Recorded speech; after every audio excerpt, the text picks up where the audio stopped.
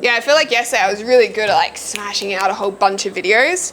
And today I'm just like, oh, but I talked so much yesterday. Why do I have to talk again today? I've also realized that I feel like this has actually just ended up being more of a podcast, but with video. Is video podcast a thing? Yeah, it must be a thing. The fact that you guys are still here and still listening to me means I must be doing something right. Or maybe this was just the month that you got married and you're just like, I want to see what Angela has said about me. What tea did she spill? What has she said? Obviously, I tell all the tea. So much tea. Now, let's be honest, it's just been about how much I've loved the wedding days and some photography tips along the way. But don't you worry, in the last video of this series, we're going to be giving out some awards. Not that the awards have any prizes attached to them, except maybe like a little clap or a little pat on the back. But there will be some tea moments spilled in that time. So hello and welcome back to Angela Bruce Photography, now on YouTube. In this video series, we've been taking a behind the scenes look into the year that was 2025. It's a little bit in my eye. Bring the fence back up.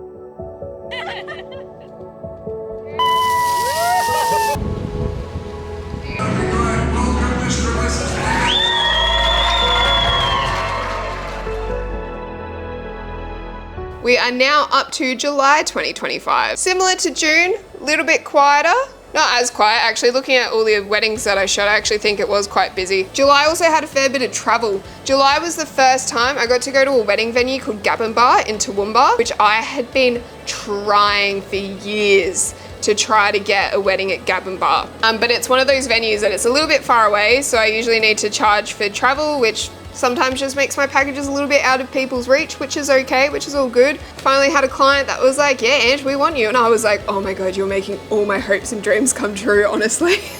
And I think the best part about the Gabbinbar wedding day was that it was literally perfect. Like, it was perfect. I couldn't have hoped for a better wedding day at Gabbinbar, if I'm being honest. Anyway, I digress. We will get to the Gabbinbar wedding. And just walk out that way.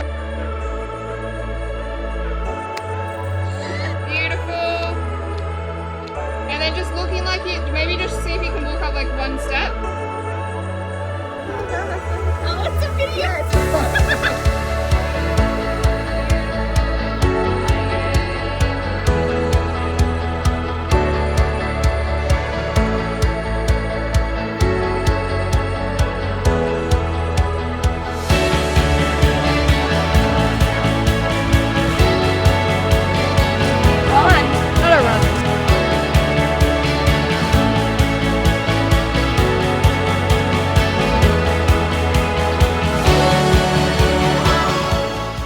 So first up in July was Melanie and Chris's wedding. Now this wedding was at one of my absolutely favorite venues on the Sunshine Coast, which is Tiffany's Maleny. Tiffany's Maleny overlooks the Glasshouse Mountains. It also has a little chapel, which is great, just in case if it rains on your wedding day, you know that you have an indoor option. And then their beautiful reception space upstairs. Also their food, when I tell you, I have never had better wedding food than at Tiffany's Maleny, trust me.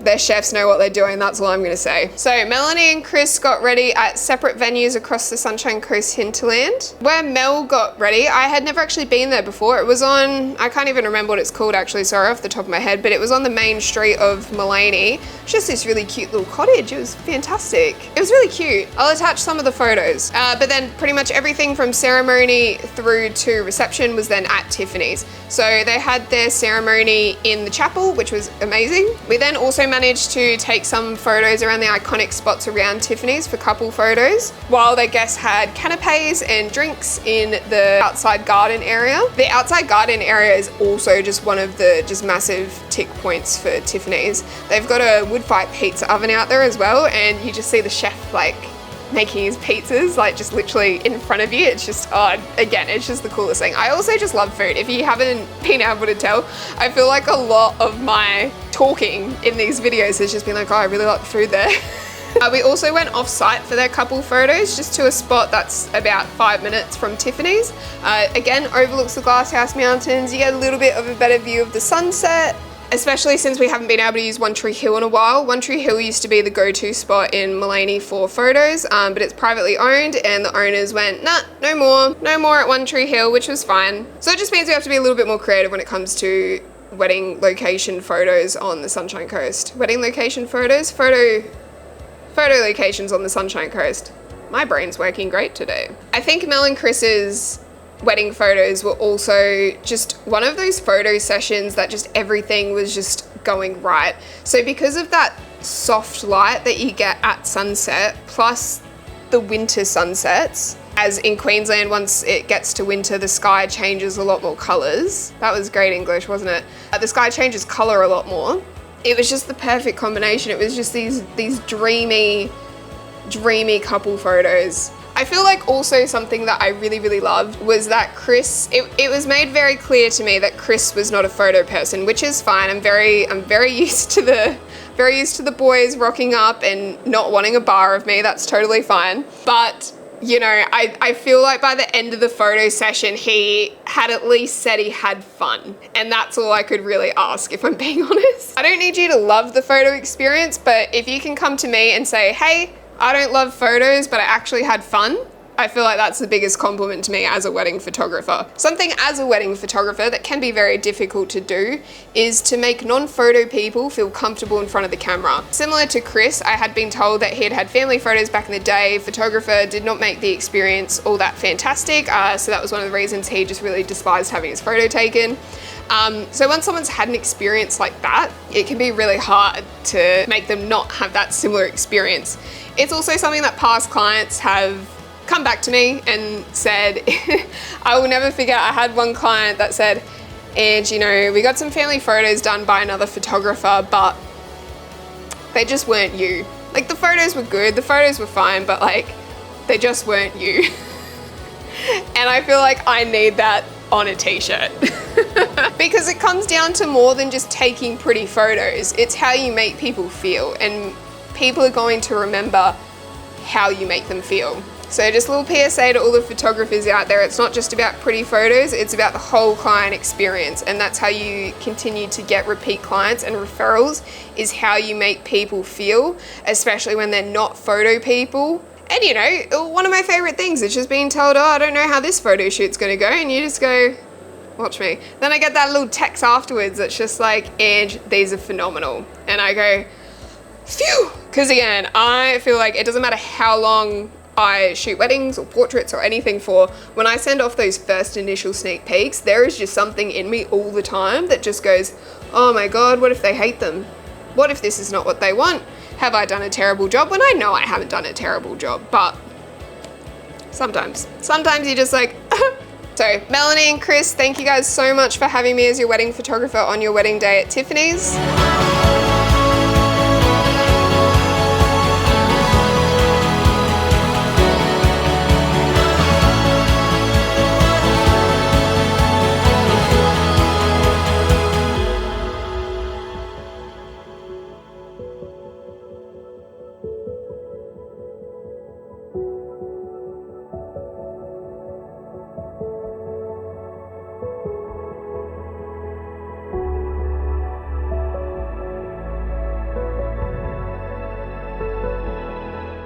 Next up, we got Beck and Cooper's at Gabbinbar. So Gabbinbar is in Toowoomba. Toowoomba, like, I want to say is maybe 3.5 hours from me, which is why I need accommodation. I don't want to feel like I'm driving to a wedding and I've already lived a day before I've even got there. Like, that's not giving my clients the best experience. Rocking up to Gabbinbar originally was just one of the most picture perfect things. They've got this driveway that just is lined with trees. You park, you go in, everything was done on the grounds of Gabbinbar as well, so everything from getting ready through to reception.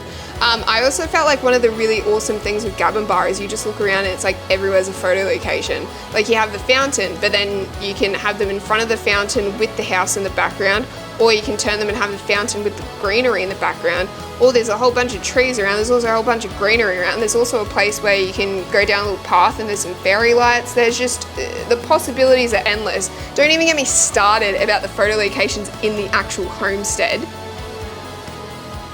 Just amazing. And also just having Beck and Cooper as clients, they were just, like, they were people that I would actually just love to be friends with, honestly. Like, sometimes you just meet clients, and I reckon I get a couple of these a year where it's like, you hand over the photos and then it's almost like this moment of just like, oh, I know we've spoken for like 18 months and I know you hired me. I'm fully aware of that. But I'm gonna miss you guys. I'm gonna miss not talking to you guys all the time when it comes to wedding stuff. Beck and Cooper are definitely one of those clients. Also, I think just some of the best photos that I've got all year, I actually ended up using one of Beck and Cooper's portraits as my main photo on my A/B listing. I just loved it that much. It was also great to kind of test my creativity. So because there were a few indoor locations, I had to use flash, and I'm not a big fan of using flash during the day, especially for couple portraits, mostly and only because it slows me down. Like, you kind of have to curate the photo a little bit more. Like, it can't really be too candid just because it's like flash, flash, flash. And I'm very like an in the moment candid kind of gal. So I do much prefer being able to have that flexibility. In saying that, I'm so stoked with what I got. I'll attach some of the photos somewhere around here, around somewhere. Beck and Cooper only had photography on their wedding day, so we didn't capture any videography. They did have content creation though, which content creation, if you're not aware, is something super new in the wedding industry, where it's pretty much just iPhone. So it's iPhone videos that get airdropped to you within, 24, 48 hours. I just upload everything to Dropbox. I then edit a couple of reels together just so that you can then put them to music on socials. But it's something just a little bit more instant that people have really been loving, especially in the modern age of social media. People want to be able to show their wedding day as quickly as possible, because why wouldn't you? You put so much time and effort into your wedding day. You're just like, I just want to show people everything like now. One of the things I also really liked about Gabbinbar was their reception space. It was also just styled beautifully. I'm pretty sure the florist was Toowoomba White Weddings. She always does a fantastic job. I worked with her at another Toowoomba wedding in 2024. Again, just did a stunning job, did a fantastic job. Again, Beck and Cooper, thank you guys so much for having me on your wedding day.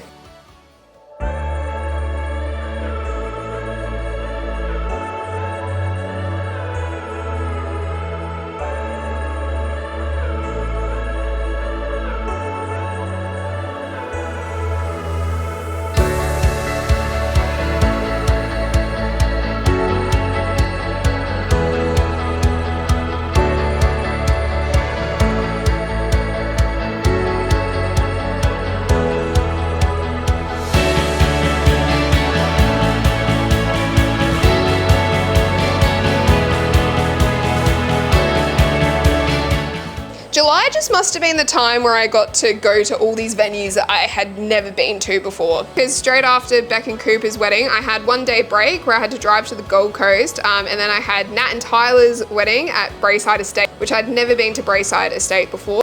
So I did also stay down at the Gold Coast. I think I stayed in the Meriton. Look, it wasn't great, didn't love it, if I'm being honest.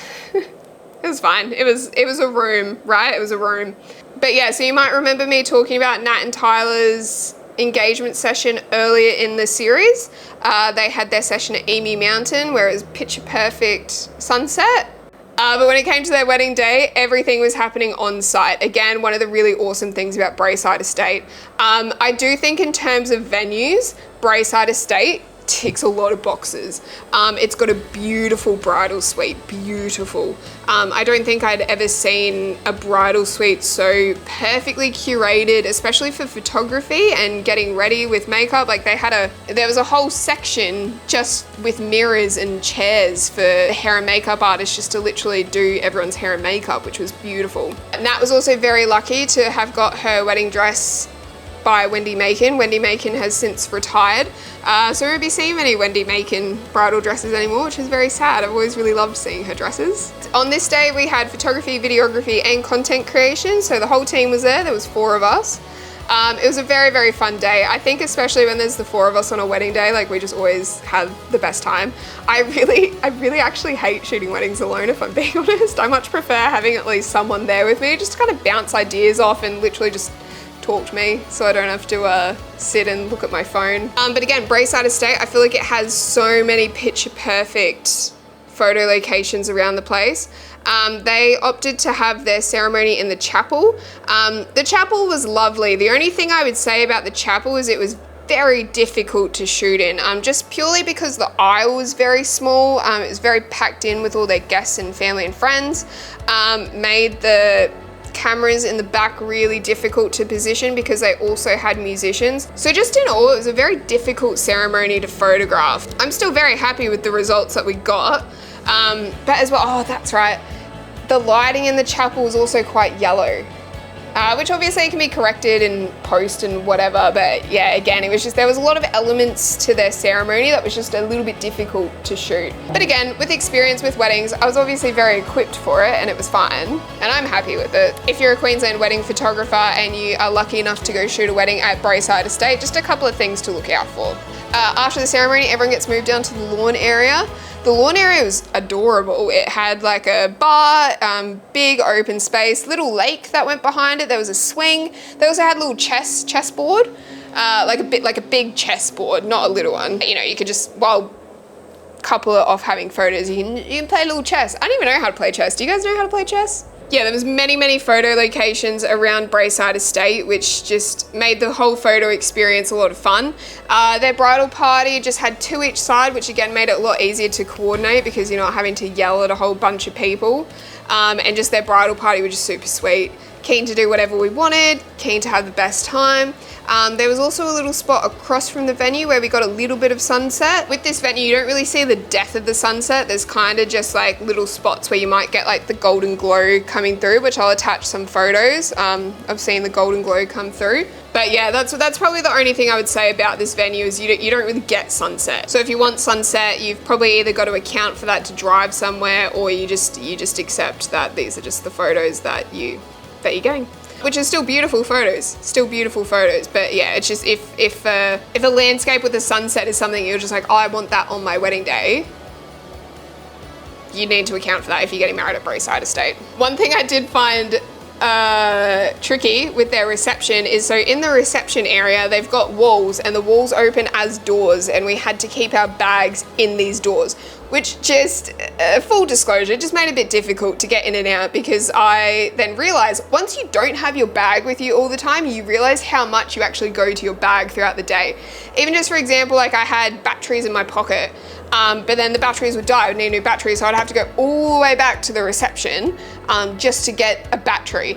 If I needed to change a lens, usually I would change a lens like really quickly. It's just like wham bam, thank you ma'am. This time I had to go all the way back to the room and then all the way back just to change a lens. Anyway, this is just me whining now, but just again, something to consider. It was also very hard to kind of tell where the door started and finished because it was literally just like a wall. And there was one very fun moment where I got to scare Tom, my videographer, because I hid in there, and then the staff told him to get something from in there, and then I went, ah! Sorry, Tom. I did also really love the champagne pop that we had at the end of Nat and Tyler's wedding day. That was really special. That was actually really special. It was a very good champagne pop. I love it when I do it with flash and you see all the little bubbles kind of going everywhere. That is just like chef kiss.